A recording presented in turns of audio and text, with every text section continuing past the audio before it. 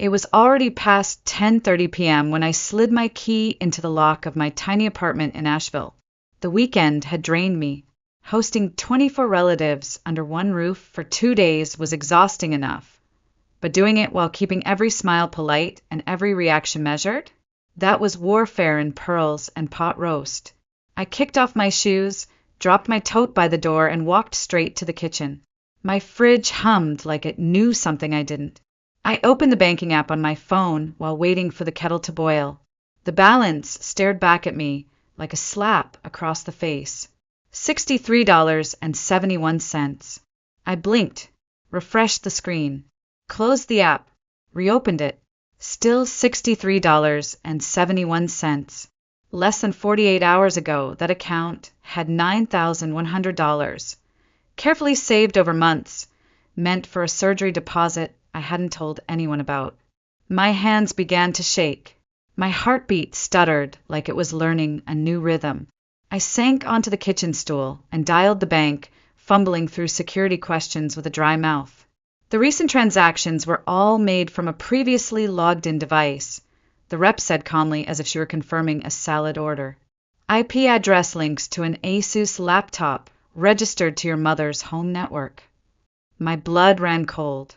10 minutes later, I was back behind the wheel, hair still tied in the same tight bun from the reunion dinner, driving through the winding hills back toward my childhood neighborhood. The lights were still on at Mom's place when I pulled into the gravel driveway. Inside, it was all so familiar. Yellowy kitchen light, the smell of chamomile tea, the creak in the hallway floorboard, and the feeling that I no longer belonged here. Celeste, my older sister, was curled on the couch with a glass of red wine, scrolling on her phone like nothing had shifted. "You're back already?" she said, not even looking up. "I checked my account," I said, voice sharp, brittle, almost foreign even to me. Bradley walked out of the kitchen, holding a soda can, leaning against the fridge like it was the most natural pose in the world. "Relax, Tessa. We needed that money more than you did." I froze. My mouth opened, but nothing came out. The air thickened, the room spun slightly, and I felt like my ribs had collapsed inward. Celeste just shrugged. "Don't be so dramatic. You've got a good job. No mortgage. No kids. You'll bounce back." I turned toward the corner of the room, where Mom was knitting like a woman in a nursing home commercial. "Did you know?" I asked, barely a whisper. She didn't even pause her stitching. "Tessa, sweetheart, you've always had more than the rest. What's wrong with helping out?" I looked at Dad, hunched in his recliner, phone glowing inches from his face. He didn't meet my eyes. "Don't turn this into a scene," he muttered. "It's family business." A sour taste filled my mouth. "How did you even get into my account?" Celeste flipped her hair. "You used Mom's computer and didn't log out. That's on you." Bradley laughed under his breath. "It's not like we bought a boat. Just rent, groceries, real-life stuff." I scanned their faces. No apology, no regret, just a quiet, entitled dismissal that said we had a right. I stood completely still, my fingers curled into fists. The tea kettle behind me screamed like it understood. Finally, I grabbed my keys from the table, turned toward the door, then paused. "If you think I'm just going to let this go," I said softly, "wait and see." Celeste giggled like I'd made a joke, but she didn't laugh long. The rain started just as I pulled into the empty parking lot of Riverside Grove. It was almost midnight, but I didn't want to go home. Not yet. I needed air, space, something that didn't smell like betrayal and cheap wine. I sat in the car for a while, watching the rain bead on the windshield, each drop echoing the weight in my chest. I opened the banking app again. $63.71. Still there. Still mocking. Still cold. I couldn't say I was entirely surprised. I had just hoped, naively, stupidly, that it wouldn't come to this. A few months ago, I'd turned 52. No celebration. Just a card from the office and an awkward hug from a coworker I barely liked. That night, Celeste called. "Riley's tuition is late again. Can you help? Just this once." I helped. It was never just once. 4 years ago, when Bradley lost his job at the tire shop, I covered their rent for 3 months. "We'll pay you back by spring," he'd said. Spring came and went. So did the money. 6 years before that, when Mom needed dental surgery, I canceled my trip to Oregon and paid up front. She never asked how that felt, only smiled and said, "You're such a good daughter." They called it love. But love doesn't come with a transaction history. In the dim light of my dashboard, I opened my notes app, scrolling through a folder I'd titled Family Stuff. It wasn't neatly organized, just fragments, screenshots, payment confirmations, loan reminders. Every time they needed me, I logged it, not because I was tracking them, but because part of me needed proof that I wasn't imagining it all. The earliest entry? March 3rd, 2010, $92.50, Celeste's phone bill. She'd lost her job that week. I'd just started a new one. She said I was lucky. I agreed. That word followed me for decades. Lucky. Lucky to be healthy. Lucky to live alone. Lucky to have a decent salary. Lucky enough to pay for everything without complaint. It wasn't love. It was duty wrapped in guilt. And they wielded it well. 2 birthdays ago, I bought Riley a bicycle, $250, not including the helmet. When I hesitated, Mom said gently, "You know she looks up to you, right?" This would mean the world. I'd given up so many small joys to feed theirs. No one asked if I was okay skipping vacations, eating ramen for a month to pay for Mom's utility bill, or staying late at work to cover the extra hours I couldn't say no to. They never asked, and I never offered, because I thought that was what good daughters did. But tonight, as the sky wept and I stared at that pitiful $63.71, something broke. Not loudly, not violently, just quietly, like a thread snapping deep in the weave of my chest. I opened a new note, titled it "The Last Time." Then I began to write. Bradley, $900 rent, July 2020. Celeste, $300 for Riley's school trip, February 2022. Mom, $740 dental, August 2016. Groceries, repairs, late-night transfers. Not to ask for it back, not to send it to them, but so I'd never forget, so I'd never allow it again. By Monday morning, I had barely slept. The rain had eased, but the tension inside me hadn't. It clung to my skin like a fever. At 8:10 a.m. sharp, I called the bank again. This time, I asked for a complete transaction report covering the last 10 days. The rep on the other end was polite, efficient, and completely unaware of how personal this was. By noon, I had the file, 17 pages long. I printed every single sheet at the FedEx Center downtown, stapled them together into a fat stack, and bought a red pen. Then I sat at my kitchen table, highlighter in hand, and got to work. Page 4. A withdrawal of $2,874.12 from an IP address traced to my mother's router. Page 6. $350 at Greenleaf Pharmacy, listed under a loyalty account tied to Celeste. Page 9. $119.99 for a child's gaming headset. Riley didn't even need another one.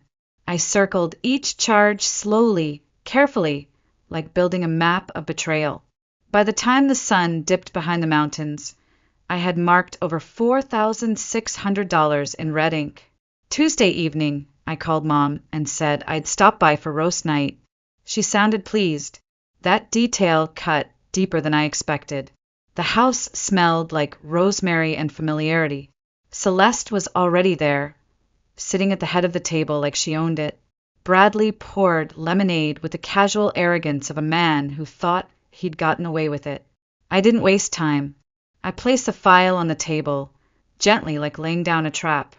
I reviewed every charge, I said. This account wasn't just accessed. It was systematically drained from this address. No one moved. Mom stirred her salad. Dad rustled his newspaper. Celeste looked at the ceiling like she was searching for divine intervention. "You used Mom's computer," she said finally. It's not like we hacked anything. You left it open. I stared at her. So you admit it? She shrugged. It's not the first time you've helped us. I didn't agree to help you this time. Bradley's soda can hissed as he opened it. You're always so dramatic, Tess. This isn't stealing. It's helping family survive. No, I said, my voice low, steady, final. Helping is when someone asks and the other agrees. This was calculated theft. You waited. You watched. Then you took. Mom looked up at last, her voice soft like lace. Tessa, you live alone, you don't have debts, you don't have a child to raise. Celeste is doing her best. Doing her best doesn't include raiding someone else's account. Dad folded his newspaper. Don't be so harsh. You've always been the strongest one in the family. You know no one else could handle pressure like you do. Don't confuse endurance with consent, I said. Silence. Then, Celeste slammed her fork down. We didn't go shopping with it, okay? It was rent. Riley's asthma meds. The car broke down. You think this was easy for us? I replied, you've been living off the assumption that I'd never say no. The room held its breath. For the first time, I looked at each of them not as family, but as strangers wearing the faces of people I used to trust. Then I opened my purse and pulled out a sealed manila envelope. I'm going to ask you all one last time. Did any of you intend to tell me? Apologize? Return anything? No one spoke. I nodded. Then this is me choosing not to be your safety net anymore. Dad scowled. Celeste opened her mouth, but said nothing. Mom's hands trembled slightly, still resting on her salad bowl. Bradley laughed once, dry and sharp. What are you going to do, Tessa? Call the cops. I looked him dead in the eye. Watch me. Then I turned around and walked out of the house I once called home. This time, I didn't even glance back. Wednesday morning arrived with the kind of chilled sunlight that made everything look cleaner than it really was. I got dressed like it was any other day, but instead of heading to the office, I drove downtown to the Buncombe County Financial Crimes Division. The lobby was quiet, sterile, a little too cold. I sat across from a young officer named Detective Quinn, who offered me water and asked for my documentation. I handed her the envelope, marked, color-coded, time-stamped. Receipts, transfers, IP data, screenshots. It was all there. She flipped through the pages, expression unreadable. We'll begin a preliminary investigation under financial fraud and unauthorized access to personal information, she said. I nodded. The individuals are all related to me, I added. That doesn't change anything, does it? Legally, she said, meeting my eyes. No. Theft is theft. When I left the precinct, the clouds were rolling in over the Blue Ridge Mountains. For the first time in weeks, I felt like I could breathe. 2 weeks later, on a gray, quiet Thursday, I was deep into a Zoom call with a client when my phone began to buzz. I muted myself and stepped onto the balcony. Unknown number. Miss Monroe? This is Detective Quinn. We've completed the preliminary investigation. There's sufficient cause to move forward. The investigative unit will begin visiting each individual today. I didn't speak right away, not because I was surprised, but because relief, real and full, doesn't always arrive with fanfare. Sometimes it shows up like this. Quiet, steady, final. That evening, while prepping dinner, my phone lit up. Mom. Then Celeste. Then Bradley. I didn't answer. The texts followed. Tessa, what are you doing? Did you really call the police? Call your mother now. You're blowing this out of proportion. I turned the stove off. An hour later, a neighbor messaged, there are 3 people outside your mom's house in financial crimes jackets. They asked about you. I stared at the message for a full minute before setting the phone down. I didn't feel triumphant. I wasn't smiling. What I felt was stillness, the kind that settles after years of being rattled. Friday morning, I arrived at work earlier than usual. In the elevator, I noticed glances, curious, awkward, maybe even sympathetic. My manager, Marcus, caught me in the hallway. Hey, we got a call from a local reporter asking to verify your name in relation to an open financial investigation. He didn't push, just placed a warm hand on my shoulder.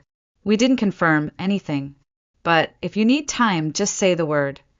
I looked at him, calm level. It's okay, I said. I'm doing the right thing. That night, I sat by my window, tea in hand, watching the lights flicker across the apartment complex across the street.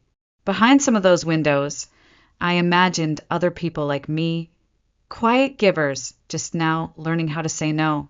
My phone buzzed again. A message from Dad. Just one sentence. The bank sent a foreclosure notice. If we don't pay in 30 days, we lose the house. No apology. No regret. Just the usual unspoken expectation. Tessa will fix this. She always does. Only this time, she wouldn't. I didn't reply. That evening, as the wind rustled the window panes and dusk crept in, I sat down at my desk and opened the folder I'd been building for years. Tucked inside were emails, bank slips, Venmo screenshots, even text messages from holidays I'd spent transferring money instead of eating pie. Somewhere among those pages, I found my old self, the version who said yes without hesitation, who forgave before an apology ever came.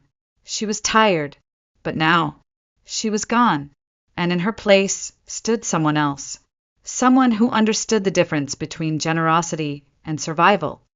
By Saturday morning, my phone had become a battleground of notifications. Missed calls, voicemails, texts so long they had to be broken into parts. I let them come. I read none of them. It wasn't silence I craved. It was space. Space between me and the people who had only known how to reach for me when something was broken. Never when I was. At noon, Celeste sent a message that made my stomach tighten. My bank account is frozen. I can't pay Riley's tuition. You win. Are you happy now? You win. As if this were a game. As if the stolen money, the lies, the manipulation, and years of emotional debt were just moves on some cruel board. It didn't end there. That evening, another message arrived, this time from Bradley. It was short, desperate, and painfully transparent.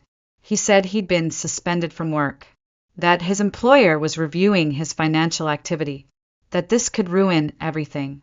He begged me to say something, to fix it, to stop this before it went too far. He called it a mistake. He called me different from the rest of them. He called it unfair. The same man who once laughed at me in my mother's kitchen, soda can in hand, now begged for mercy as though he'd never held a match to the bridge between us. I didn't reply. The next morning, I woke to yet another message, this time from Mom. Her voice in the voicemail was soft, almost trembling. I know I was wrong, she whispered. But if we lose the house, I don't know how I'll survive. Please don't abandon me. Not a word about what she did. Not a whisper of apology. Just fear. Fear of losing property. Not relationships. Not her daughter. I placed the phone face down, poured myself a second cup of coffee, and stood by the window. Outside, a thin fog was rolling over the mountains like a soft curtain pulling across a tired stage. It felt final. For years, I had been the stagehand, setting the table, wiring the money, smoothing over every inconvenience. And now that I'd walked off stage, they were scrambling. But this wasn't about revenge anymore. This was about liberation. Mid-afternoon, I packed a small suitcase, no dramatic note, no social media goodbye, and started driving west. No GPS, just instinct, and the quiet voice inside that said it's time. By Tuesday, I was in Sedona, Arizona, a place I had visited once on a business trip years ago, where red rock canyons met quiet cafes and the silence didn't feel heavy, it felt earned. I found a furnished studio with tall windows and a view of the cliffs, signed a short lease, paid in full, unpacked in under an hour. No one called me that day, and I didn't call anyone either. There were no emergencies, no favors, no guilt trips disguised as conversations. There was only me, the sound of wind across dry stone, and the soft certainty that I had stepped into a life where my value wasn't measured in what I could give away. 3 days later, I woke up at 6 a.m., brewed coffee, and sat at my new desk, sunlight pouring in through the curtains. I opened my laptop, took a deep breath, and began typing a long, detailed strategy report for work. No distractions, no bank alerts, no one asking for just a little help. Just focus, just peace, just Tessa. 2 weeks after settling in Sedona, something strange began to happen.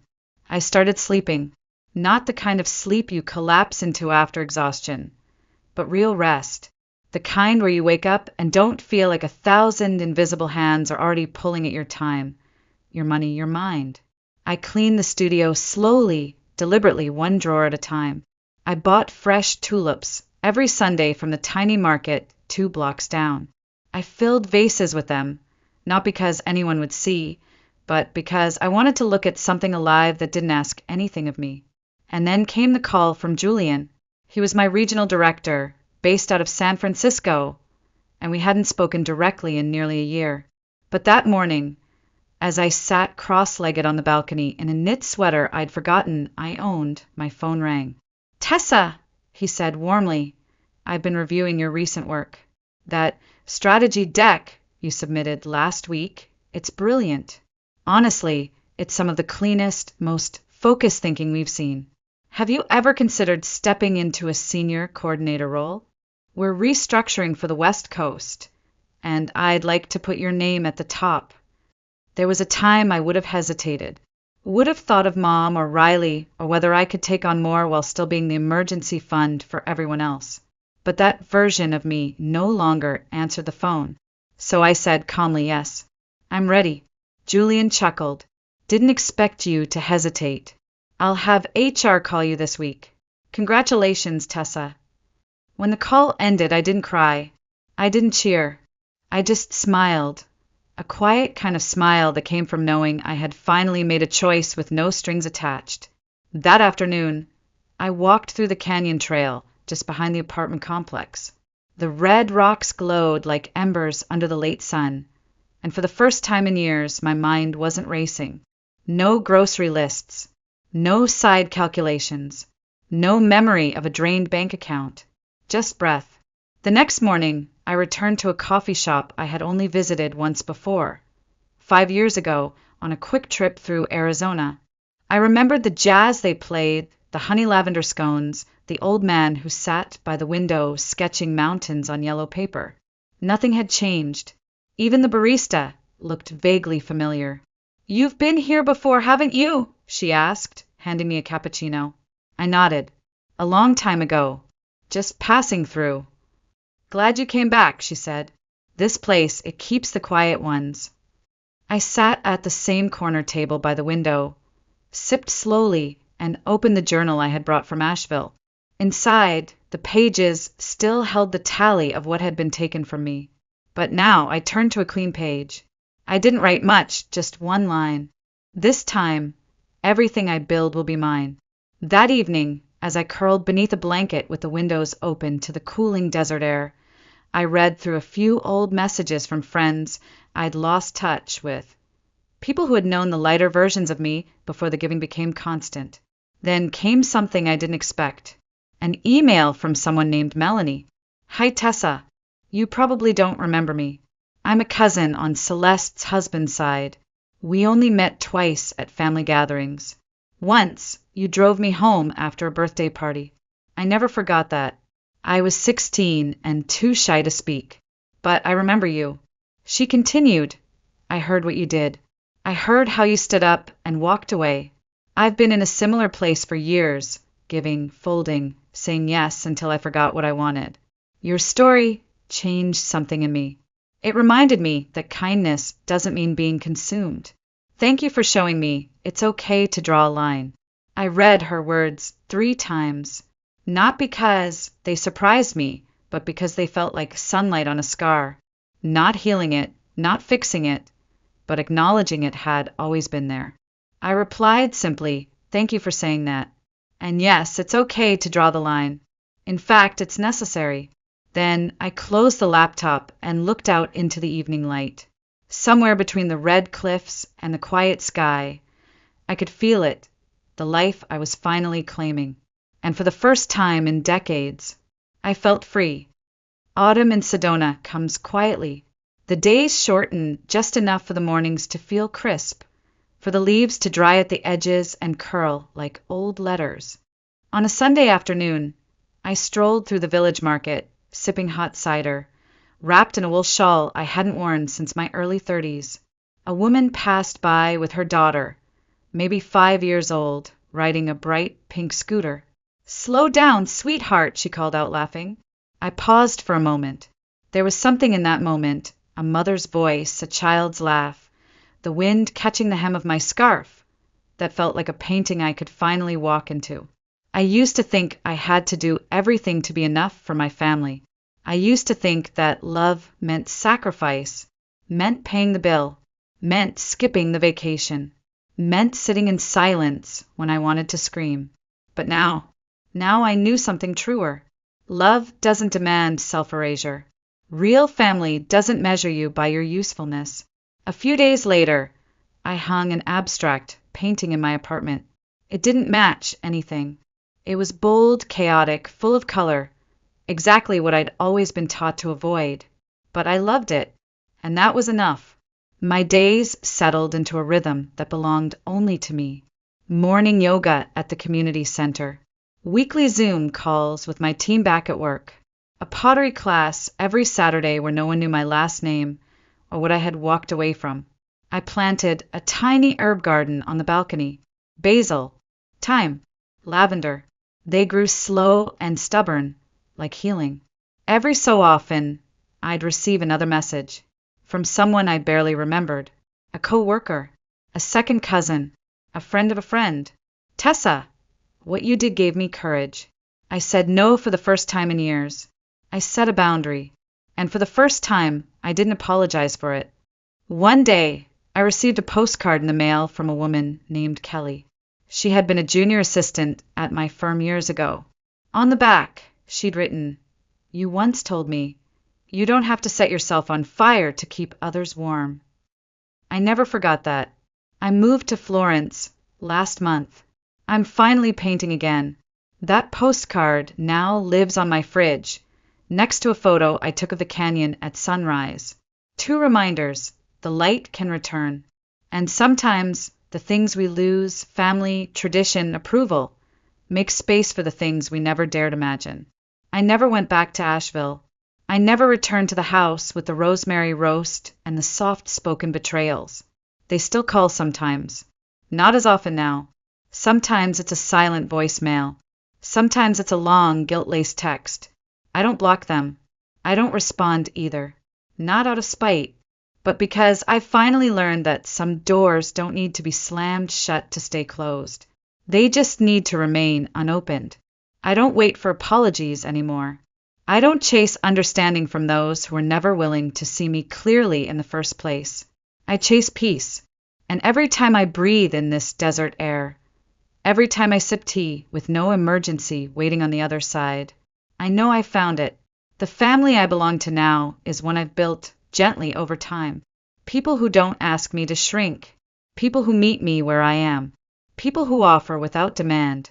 Sometimes I still miss what used to be, but I don't long for it anymore. Because I finally understand. I didn't lose my family. I found myself, and she was worth everything it cost to get here.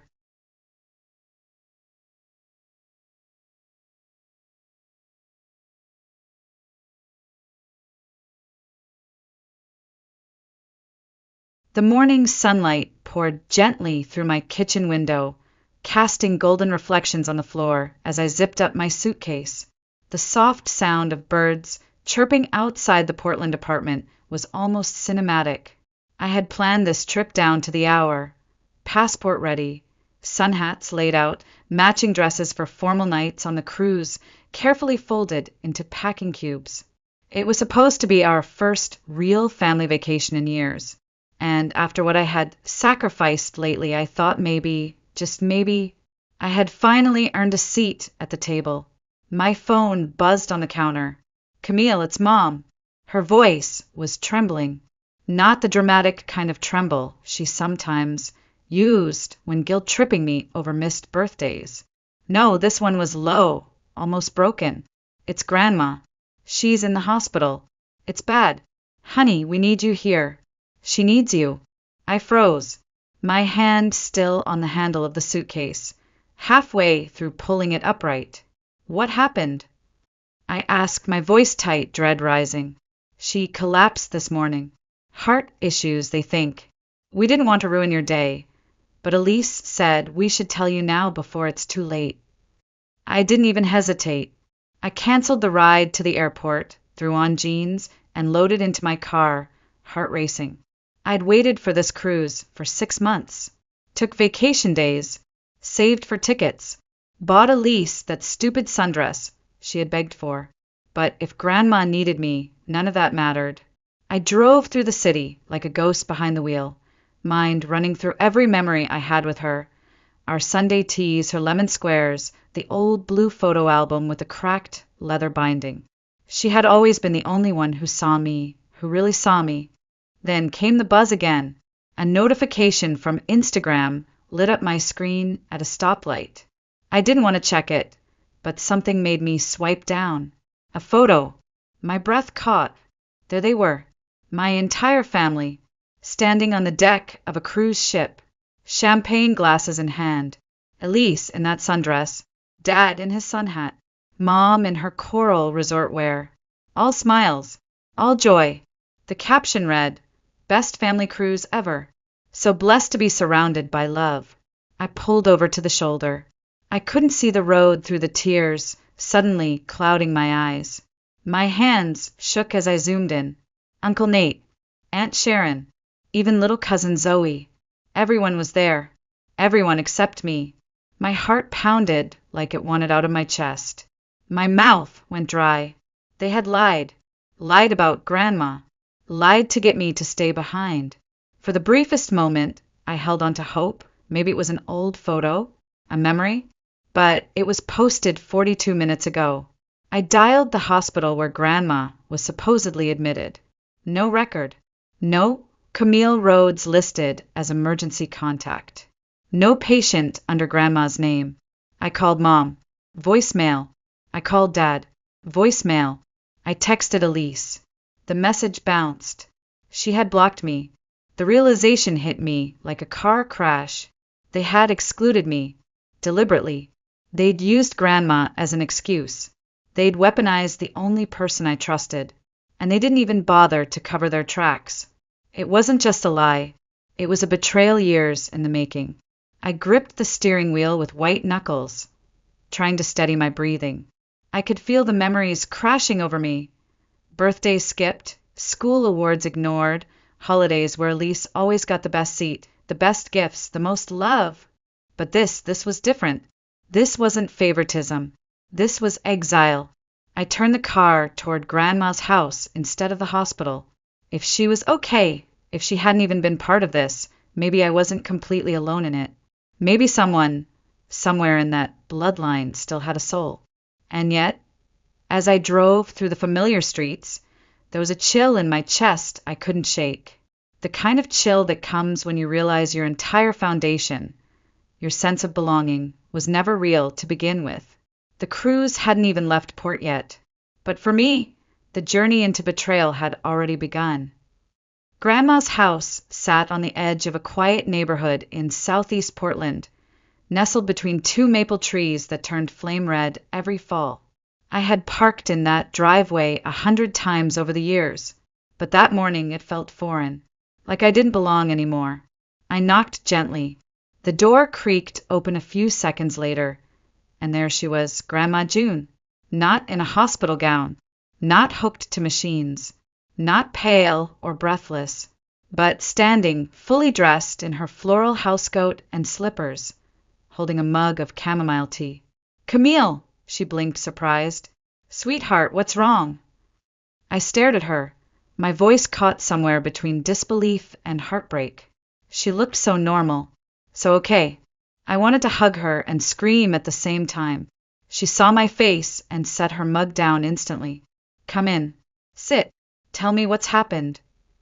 The scent of her lavender perfume wrapped around me as she pulled me into a hug. And just like that, I broke.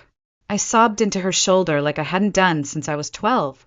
And when we sat down on the worn sofa she'd had since before I was born, I told her everything.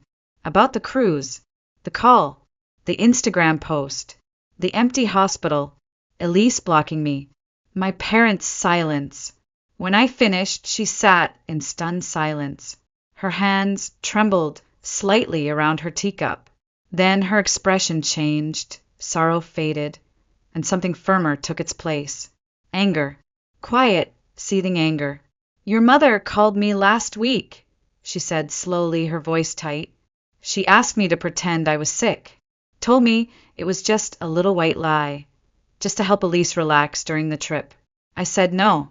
I thought she'd drop the whole idea, but I had no idea they'd actually go through with it. I wiped at my eyes. They used you. They knew I'd drop everything for you. She looked at me, her jaw tense. Because you always do.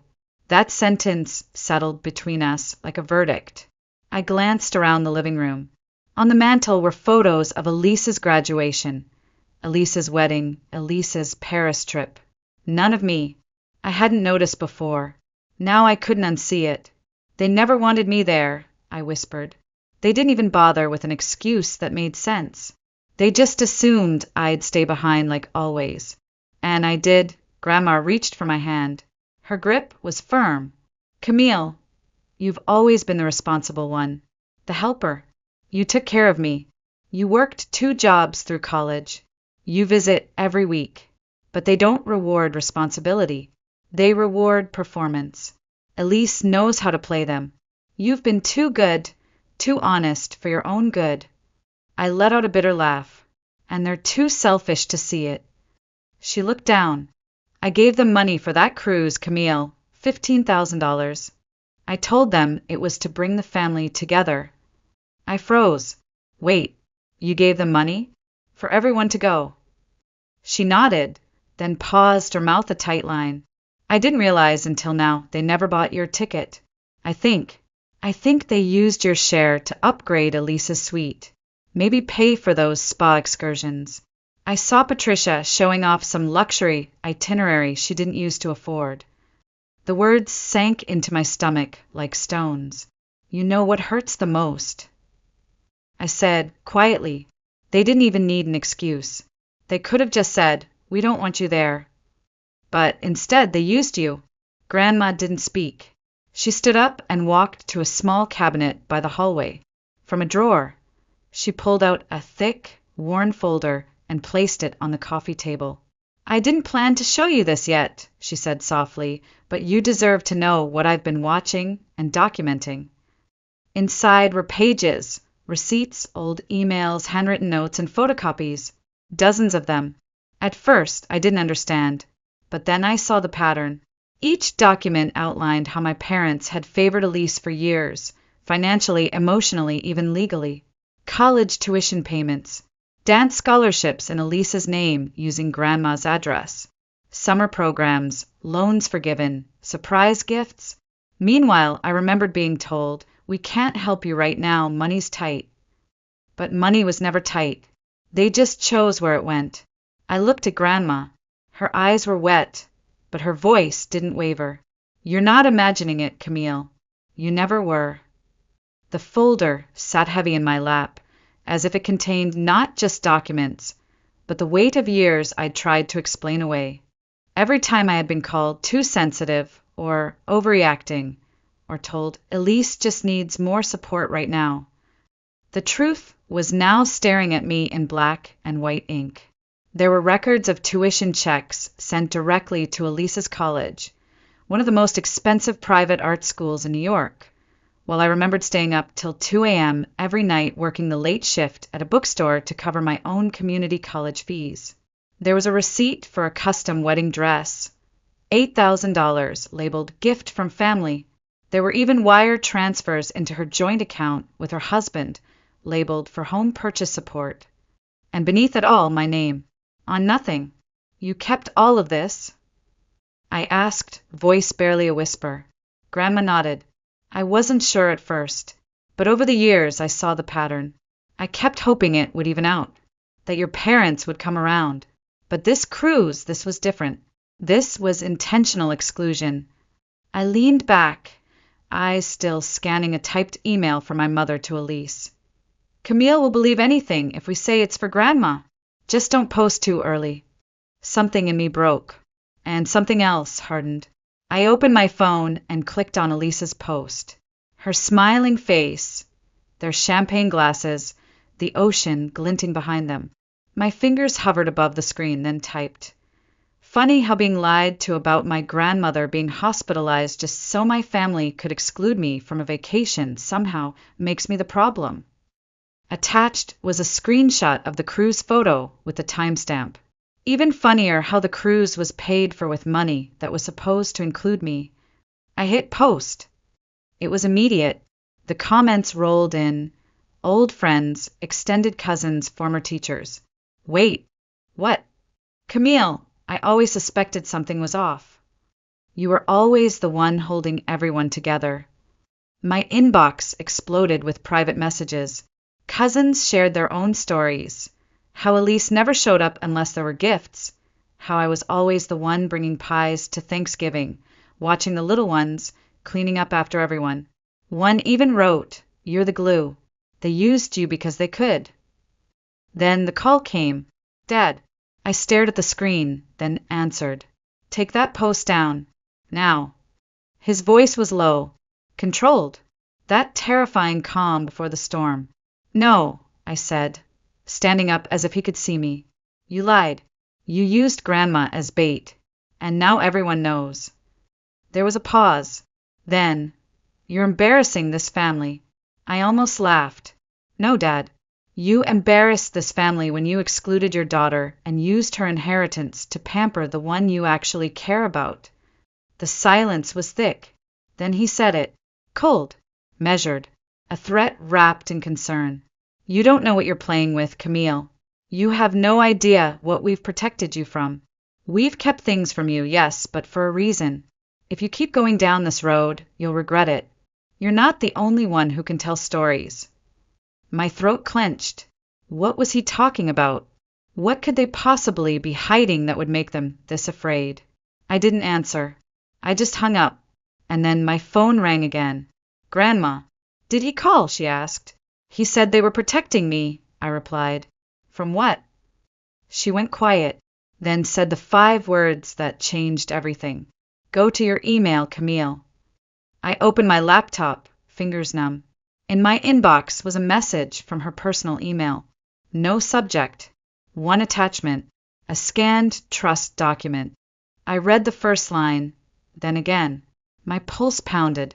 It was a legal trust agreement, dated 25 years ago, created by my maternal grandfather, Wallace Bell, long before I was old enough to even understand money. The contents made my vision blur. It stated that all grandchildren were to receive an equal portion of a $2.1 million trust, payable upon their 30th birthdays. My 30th birthday was 4 months away, and then the second attachment, bank statements, dozens, year after year. Every withdrawal was in my mother's name, sometimes co-signed by her brother, my uncle, Thomas Bell, the trustee. Not just Elise's tuition, not just her wedding, but spa trips, renovations, Elise's honeymoon in Santorini, all paid from my portion. I closed the laptop slowly. They hadn't just lied to me. They had been stealing from me since I was 3 years old. The folder on my lap felt heavier than paper. It felt like proof. Proof that I wasn't crazy. That all those years I had questioned myself, wondering if maybe I was just too sensitive, too bitter, too dramatic. Were years I should have trusted my gut. The truth was never in my head. It had been buried under spreadsheets and signed checks all along. Grandma sat quietly beside me as I flipped through page after page. Each document was like a wound being reopened. A tuition check for Elise's private college, $72,000. A receipt for a custom wedding dress, $8,400. Notes from my mother asking Uncle Thomas to process another withdrawal from Camille's side. No shame, no pretense. All the while I had worked 2 jobs and lived on boxed pasta. I didn't even realize I was crying until Grandma reached for my hand. Her fingers were warm and steady, but her eyes were cold steel. "They didn't just take money," I whispered. "They took my dignity." I stood up and walked to the window. The backyard was quiet, sunlight spilling across the grass. I should have felt peace, but inside I was shaking, not from fear, but from something else. Something sharper. Rage. I picked up my phone, opened Elise's cruise post, stared at her smiling face in that sundress I had helped her pick out. I typed, "Funny how being lied to about my grandmother being hospitalized just so my family could exclude me from a vacation somehow makes me the problem. Even funnier how the cruise was paid for with money meant to include me." I posted it. No filter. No looking back. The response was immediate. Within minutes, my phone was buzzing nonstop. Old high school friends, extended family, coworkers. Comments poured in. "This is awful. I always thought something was off. You were the one who held that family together. Camille, you deserved better." Then my screen lit up again. "Dad," I answered. His voice was cold, clipped, the same tone he used in boardrooms. "Take it down." "No, you're embarrassing this family. You did that when you lied about Grandma being sick. When you spent my inheritance on Elisa's honeymoon." Silence. Then came the threat, thinly veiled in fatherly concern. "You don't know everything, Camille. We've kept things from you. Protected you. You start this war, you won't like how it ends." I closed my eyes. My grip on the phone tightened. "Are you threatening me?" His voice dropped. "I'm warning you. You're not the only one who can tell stories." He hung up. The quiet that followed was deafening. I stood still, the air around me frozen. Then my phone buzzed again. "Uncle Thomas." I answered without hesitation. His voice was strained, almost panicked. "Camille, I've gone through the trust logs. Your parents, they've been moving money. Offshore accounts. Under Elisa's name." My stomach dropped. "They're planning to run." He confirmed what I already feared. The cruise was a test run. They had used it to see if their passports would trigger any flags. They were liquidating fast. Then came another ping. A message from Elise. "I know what you're doing. You've always been jealous of me, trying to ruin everything like always. But you're too late. By the time you figure it out, we'll be gone, and you'll have nothing." I stared at the screen. Not a single word of regret. No apology. Just arrogance and poison. I forwarded it to Uncle Thomas. He called again. "That's it. We need to move. I've contacted the family attorney. But your grandmother, Camille, she did something." I turned to Grandma. She was already holding her phone. "They're at the company right now," she said calmly. "Your father is cleaning out his office. Security just called me." "Can they stop him?" I asked, already halfway to the door. "Better," she said. "I've contacted the FBI. Financial Crimes Division.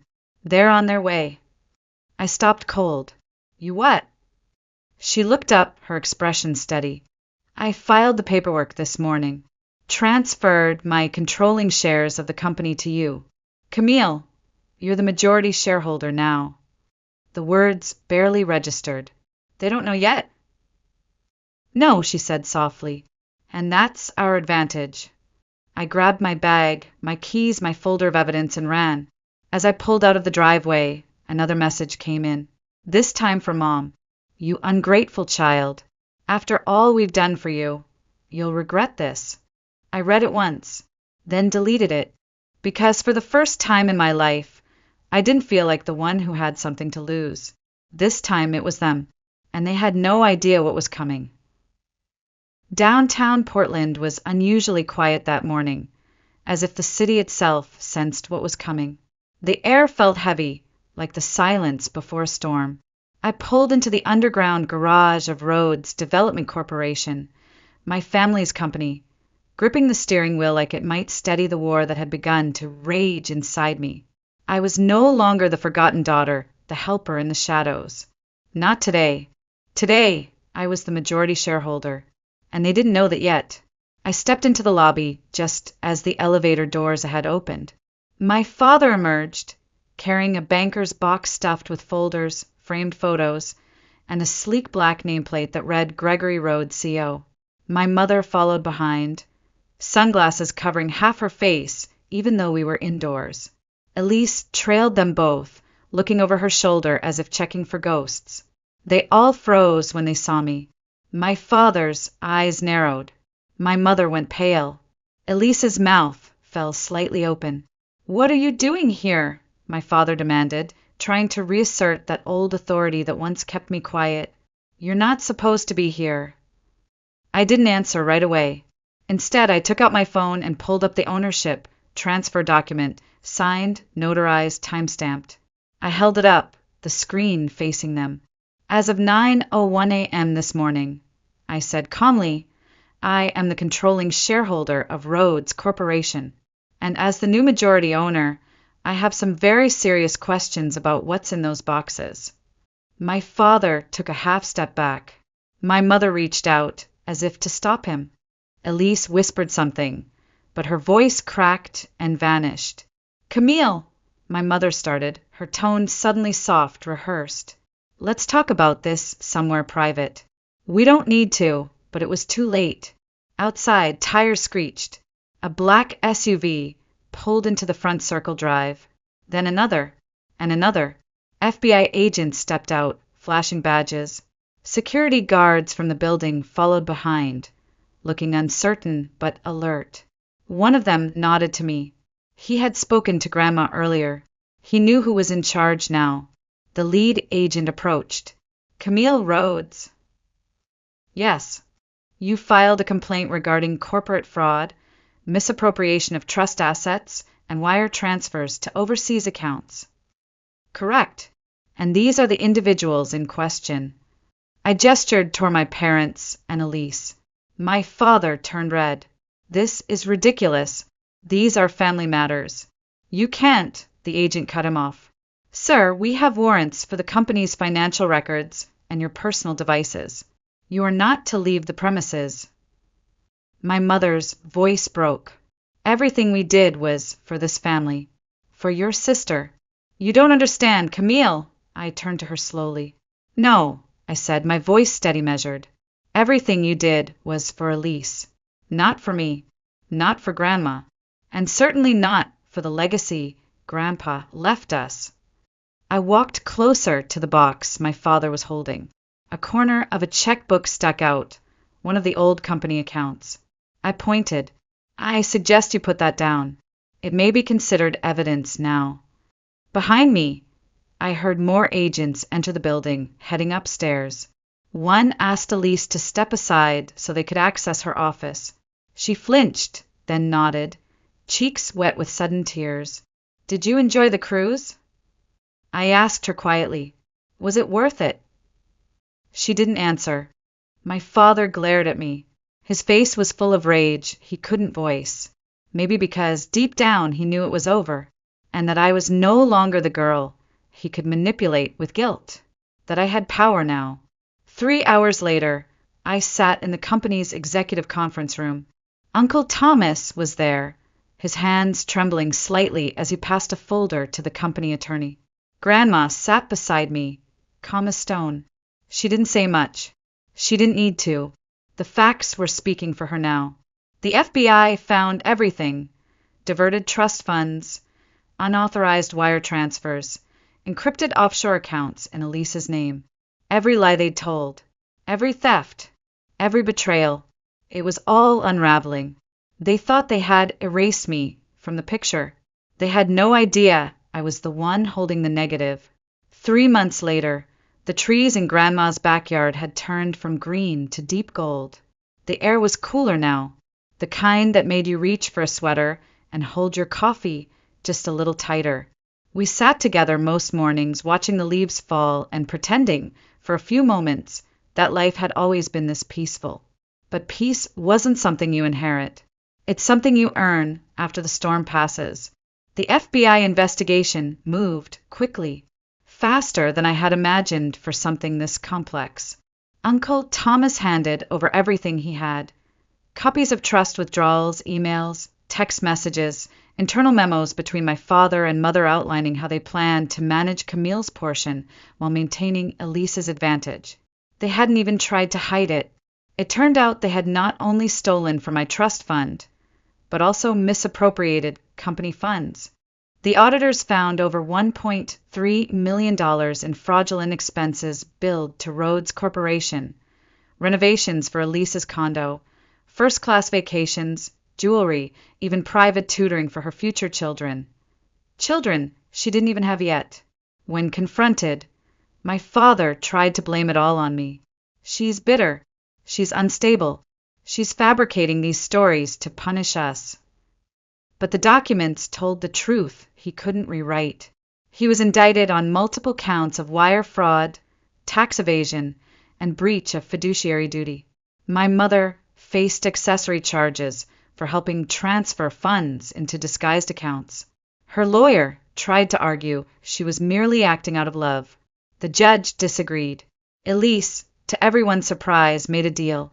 She offered full cooperation with the investigation, turned over her devices, and even recorded phone calls with my mother confirming the money was stolen. In exchange, she was granted immunity. She moved to Minnesota to start over, alone. Before she left, she sent me a long email. A full-page apology. I was the favorite and I knew it, but I didn't know how much it cost you. I read it once, then archived it. Some things need more than words. Some wounds don't close with an email. I took over the company officially in early October, not as a CEO, but as the woman who had once been erased from every meeting, every legacy photo, every vacation plan, and now held the majority vote on every decision that mattered. My first act wasn't to fire people or make speeches. It was quiet. I created a scholarship program for the children of Rhodes Corporation employees, named after my grandfather, the man who had once believed in fairness, even if his wishes had been twisted. Then I commissioned a full audit and set new rules. Full transparency, equal pay evaluations, mandatory ethics training for senior staff. Not because I wanted revenge, but because I wanted no one in that building to ever feel like I once had, invisible. Grandma watched all of it unfold without once saying, "I told you so." She didn't need to. Her quiet strength had been the compass that guided me through the worst of it. When I offered to move her into a better home, she declined. "This house," she said, patting the old wooden armrest of her rocking chair, "is where I raised 2 generations. I'll stay until I'm called elsewhere." She had always been the anchor, and now, for the first time, I felt like I was becoming one too. One morning, as we sat watching the trees shed what they no longer needed, she turned to me and said, "Your grandfather would be proud. He always said money reveals who people really are, and in the end you stood tall." I nodded, quiet for a long while. Then I said, "I never wanted the money, or the company, or the power. I just wanted to be treated like I mattered." She smiled gently. "And now you are, by the only person who ever needed to see it." I looked at her, confused. "Who?" She reached out and tapped my chest. "You. That cruise they took without me? It wasn't the vacation of a lifetime. It was the beginning of the end for them, and the beginning of everything for me. I still have the suitcase I packed for that cruise. It's up in the closet now, untouched. I never unpacked it, not really. It serves as a reminder that sometimes the trip you thought you were taking is not the one life had planned for you. I never got the vacation I dreamed of, but I got something far better. Peace, not the kind that comes with silence, but the kind that comes with truth, with standing up for yourself, with drawing a line in the sand and saying, no more.